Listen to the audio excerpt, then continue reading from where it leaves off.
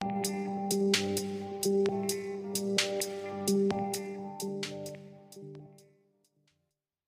Students, welcome you all in our periwinkle 555 YouTube channel. तो आज हम बात करने वाले हैं क्लास 10th के साइंस पेपर 2 के लेसन नंबर 3 के बारे में, that is life processes in a living organism part 2। तो इस लेसन में अब तक अपनी पिछली वीडियो में हमने जानकारी ली अबाउट द मेंस्ट्रुअल साइकिल किस तरह से होता है, या फिर उसमें कौन कौन से हार्मोन जो है वो किस तरह से अपना रोल जो है वो प्ले करते हैं, उसके बारे में इंफॉर्मेशन ली। तो चलिए इस वीडियो में हम बढ़ते हैं अपने नेक्स्ट टॉपिक की तरफ, that is reproduction and modern technology. Reproduction and modern technology. अभी रिप्रोडक्शन एंड मॉडर्न टेक्नोलॉजी क्या है? रिप्रोडक्शन प्रोसेस के लिए बहुत सारी आजकल जो मॉडर्न टेक्नोलॉजी आपको देखने को मिलती है मार्केट में, तो ये उसके बारे में ही आपको इन्फॉर्मेशन लेनी है। तो चलिए पढ़ते हैं। Many couples can not have a children due to the various reason. बहुत सारे जो कपल्स रहते हैं उनको चिल्ड्रन जो है वो हो नहीं पाते, बहुत सारे रीजंस उसके पीछे है। इन case of woman, irregularity in a menstrual cycle. Women's के बारे में कुछ रीजंस यहाँ पर दिए हैं। तो जैसे कि वुमन की कंडीशन में कुछ वुमेंस को इरेगुलरिटी रहती है, मेंस्ट्रुअल साइकिल्स अच्छी तरह से नहीं हो पाते, तो वो बात रहती है। इरेगुलरिटी अगर रही तो भी जो चिल्ड्रन होने में बहुत सारे प्रॉब्लम्स आते हैं। Difficulties in a oocyte production. oocyte यानी कि क्या, एग का जो प्रोडक्शन है तो वो नहीं होता कुछ वुमेंस में, इस वजह से यहाँ पर डिफ़िकल्टी फेस करनी पड़ती है। या फिर obstacle in the oviduct. Oviduct में ही अगर ऑब्स्टैकल रहा, ओविडक्ट में ऑब्स्टैकल अगर हो जाता है, या फिर किसी तरह का इन्फेक्शन हो गया है, या फिर कुछ भी ऑब्स्टैकल आ गया, तो इस वजह से ओविडक्ट से एग जो है वो रिलीज़ नहीं होगा, एग रिलीज़ नहीं होगा प्रॉपर वे से, वो फर्टिलाइज़ नहीं हो पाएगा, और फर्टिलाइज़ नहीं हो पाएगा तो आगे की प्रोसेस जो है वो सारी रुक जाएगी। नेक्स्ट है difficulties in the implantation in a uterus. बहुत सारे वुमेंस में ये भी चीज़ हमने आप देख सकते हैं कि डिफ़िकल्टीज़ होती है उनको इम्प्लांटेशन में। इम्प्लांटेशन यानी कि क्या, अटैच जो होता है यूट्रस में आने के बाद जो एम्ब्रियो अटैच होता है, जो हमने पढ़ा है मेंस्ट्रुअल साइकिल के वक्त, तो उसमें वो डिफ़िकल्टीज़ रहती है, वो अटैच नहीं हो पाता। तो अगर एम्ब्रियो अटैच नहीं हुआ तो फर्दर जो है उसकी डेवलपमेंट नहीं होगी। सो उस केस में मिसकैरेज जो है वो हो जाता है। And many other reasons are responsible for this. ये बहुत सारे रीज़न जो है वो वुमेंस के बारे में यहाँ पर बताए हैं। ये सारे रीज़न आपको एग्ज़ाम में लिखने हैं। नेक्स्ट जो है यहाँ पर मेंस के बारे में भी कुछ रीजंस वैसे ही है। Absence of the sperms in the semen. Men's के बारे में कौन कौन से रीज़न बताए हैं, जैसे कि absence of the sperms he absence है सीमेन में। Slow movement of the sperms, movement जो है वो अगर स्पर्म्स की स्लो है तो उस कंडीशन में भी। Anomalies in the sperm. Anomalies यानी कि क्या, एबनॉर्मेलिटी। जो स्पर्म के अंदर एबनॉर्मेलिटी रहती है, अगर स्पर्म्स का जो स्ट्रक्चर आप देखेंगे तो उसका हेड है या फिर टेल का पोर्शन है, अगर वो ब्रेक हो गया है तो उस केस में एनोमलीज यानी कि एबनॉर्मल अगर स्पर्म्स रहा तो वो भी प्रॉपर वे से फर्टिलाइज नहीं होगा। Are the reason in case of the male. ये सारे रीज़न जो हैं वो मेल्स में पाए जाते हैं। But now with the help of the advance medical technique like IVF, surrogacy, sperm bank, the childless couple can have a child. अभी ये तो बहुत सारी ये जो प्रॉब्लम्स हमने डिस्कस किए मेल के बारे में और द फीमेल के बारे में, उनके ऊपर अभी हमने रेमेडी जो है साइंस की हेल्प से मदद से निकाली है, जैसे कि IVF है, या फिर सरोगसी है, या फिर स्पर्म बैंक है। तो ये सारे ऑप्शन जो है वो चाइल्डलेस कपल्स को अवेलेबल है।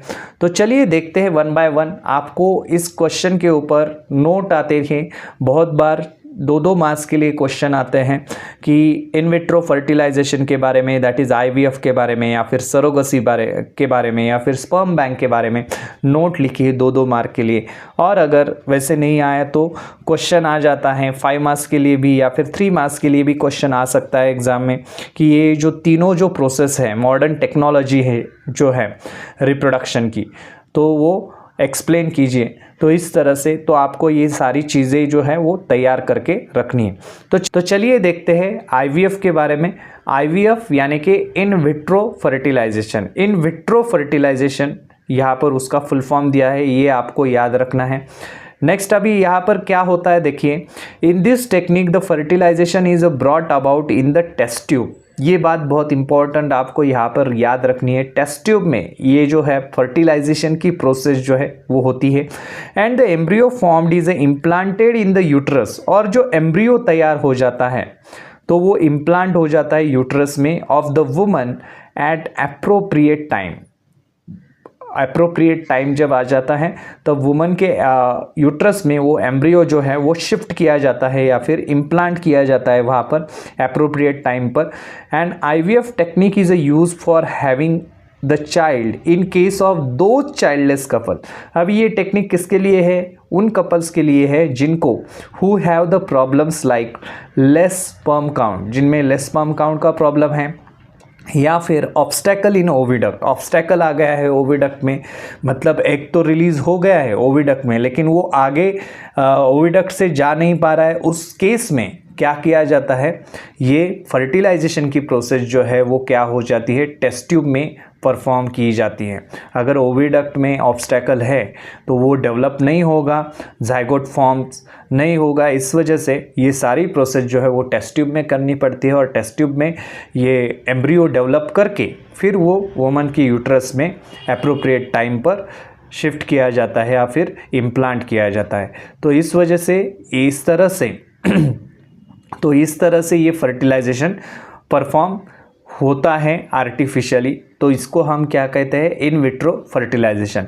यहाँ पर फर्टिलाइजेशन की डायग्राम भी दी है, fertilization in a test tube. Test tube में किस तरह से ये फर्टिलाइजेशन होता है तो ये यहाँ पर दिखाया गया है। ये भी डायग्राम आपको ड्रॉ करनी है 2 मार्क के लिए। अगर शॉर्ट नोट में ये क्वेश्चन आता है इन विट्रो फर्टिलाइजेशन तब आपको ज़रूर ये डायग्राम भी है जो ड्रॉ करनी है। नेक्स्ट पॉइंट यहाँ पर दिया है सरोगेसी। सरोगेसी टेक्निक जो है वो क्या है देखते हैं।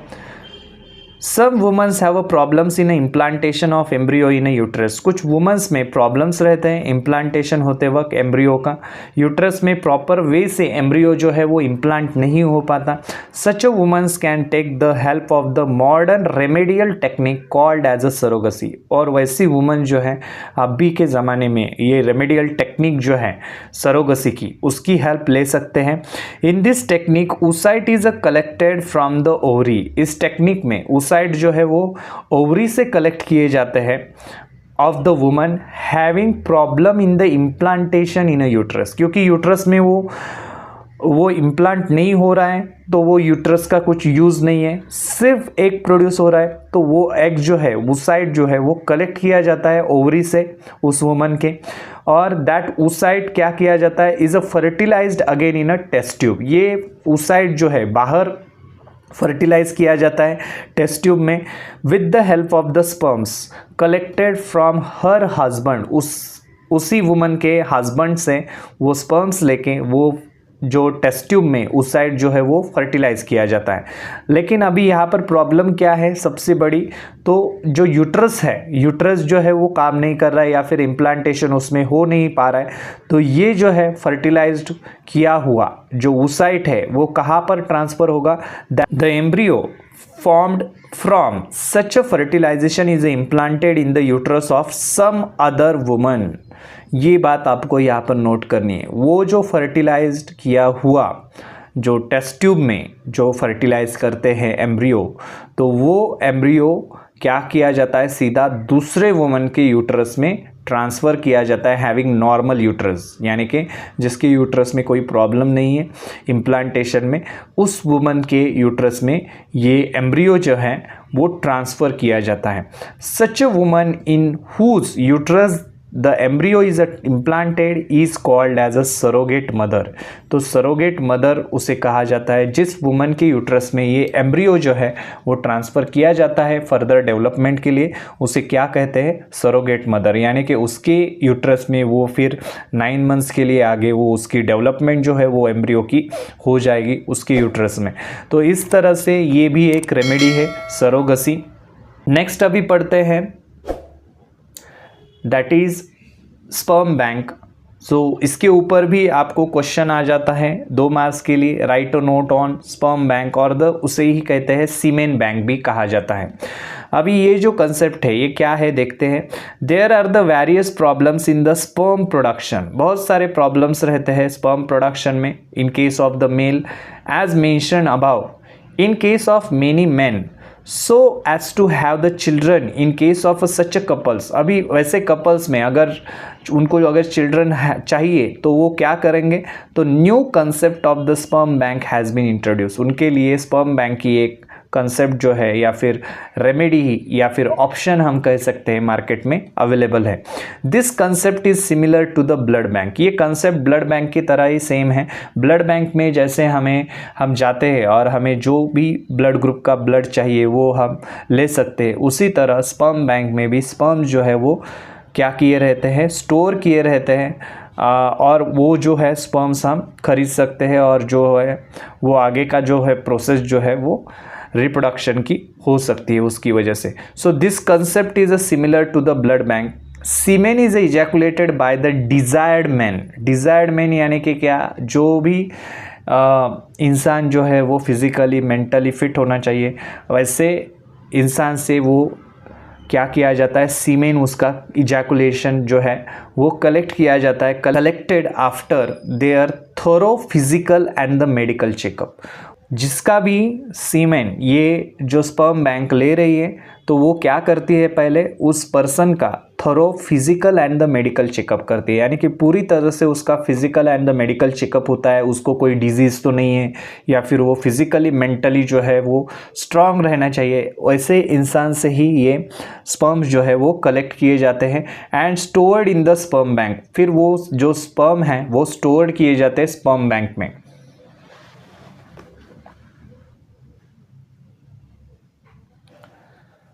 फिर क्या किया जाता है, as per the wish of needful couple, ये बात आपको यहाँ पर प्रॉपर वे से लिखनी है, विश ऑफ नीडफुल कपल, क्योंकि ये चीज़ें जो है मतलब ये जो स्पर्म्स है ऑब्वियसली दूसरे पर्सन के हैं, उसका नाम भी बताया नहीं जाता किस पर्सन के हैं, तो ये जो है ये जिस नीडफुल कपल, अगर कुछ कपल्स इस रेमेडी के लिए तैयार हो जाते हैं तो ही उनको ये सजेस्ट किया जाता है। डॉक्टर्स जो है वो फोर्स नहीं है, किसी भी इस टेक्निक में फोर्स नहीं है, डॉक्टर्स आपके ऊपर यानी कि उस कपल के ऊपर डिसीजन छोड़ देते हैं कि आपको अगर चाहिए, अगर बच्चे चाहिए तो आप ये रेमेडी जो है वो कर सकते हैं ट्राई।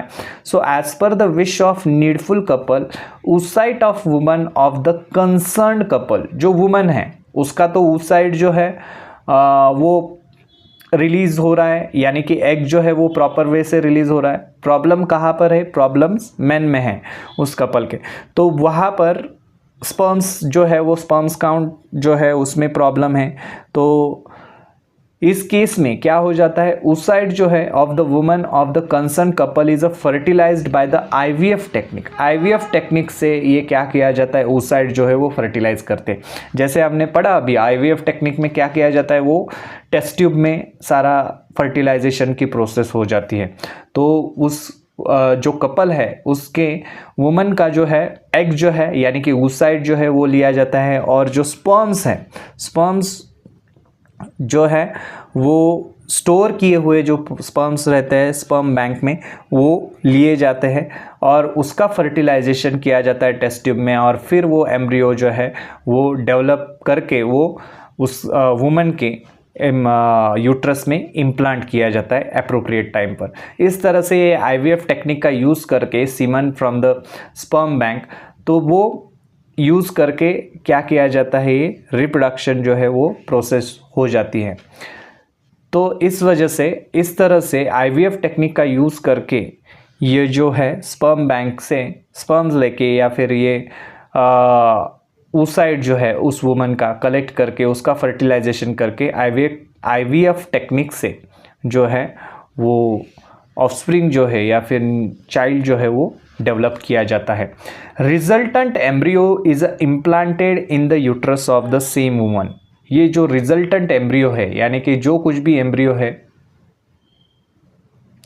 वो इम्प्लांट किया जाता है in the uterus of the same woman, उसी वुमन के यूट्रस में ऑब्वियसली वो एम्ब्रियो इम्प्लांट होगा, क्योंकि यहाँ पर इस कंडीशन में आपको याद रखना है यहाँ पर वुमन के यूट्रस को प्रॉब्लम नहीं है, तो इस वजह से वुमन का यूट्रस में वो एम्ब्रियो जो है आईवीएफ टेक्निक से जो टेस्ट ट्यूब में डेवलप हुआ है वो इम्प्लांट किया जाता है यूट्रस में सेम वुमन के। And name of the semen donor is strictly kept secret as per the law. ये भी चीज़ आपको एग्जाम में लिखनी है, जिसने भी ये सीमेन दिया है या फिर डोनेट किया है उस स्पर्म बैंक को या फिर सीमेन बैंक को, उसका उस डोनर का नाम जो है वो सीक्रेट रखा जाता है। ये गवर्नमेंटी लॉ जो है, इस तरह का लॉ है या फिर रूल है, इस वजह से ये किसी को किसी भी कॉस्ट पर ये बताते नहीं है डॉक्टर कि किसका ये सीमेन था या फिर किस इंसान ने ये स्पर्म्स जो है वो डोनेट किए थे। तो इस तरह से ये कुछ रेमेडीज़ जो हैं आपको दी है यहाँ पर 10th स्टैंडर्ड में, that is these we called it as a modern technology. Reproduction के लिए ये क्या है, मॉडर्न टेक्नोलॉजी। ये कुछ प्रॉब्लम्स जो हैं हमने देखे यहाँ पर मेन में या फिर वुमेंस में, इस वजह से ये मॉडर्न टेक्नोलॉजी का सहारा आज हमें लेना पड़ता है for the continuation of the species. तो चलिए इस वीडियो में हमने जाना रिप्रोडक्शन एंड मॉडर्न टेक्नोलॉजी के बारे में। तो अब मिलते हैं अपने नेक्स्ट वीडियो में, तब तक के लिए चैनल को देखते रहिए, सीखते रहिए, और अगर आप हमारे चैनल पर पहली बार आए हैं तो चैनल को सब्सक्राइब कीजिए और बेल आइकॉन को प्रेस करना ना भूलें। धन्यवाद।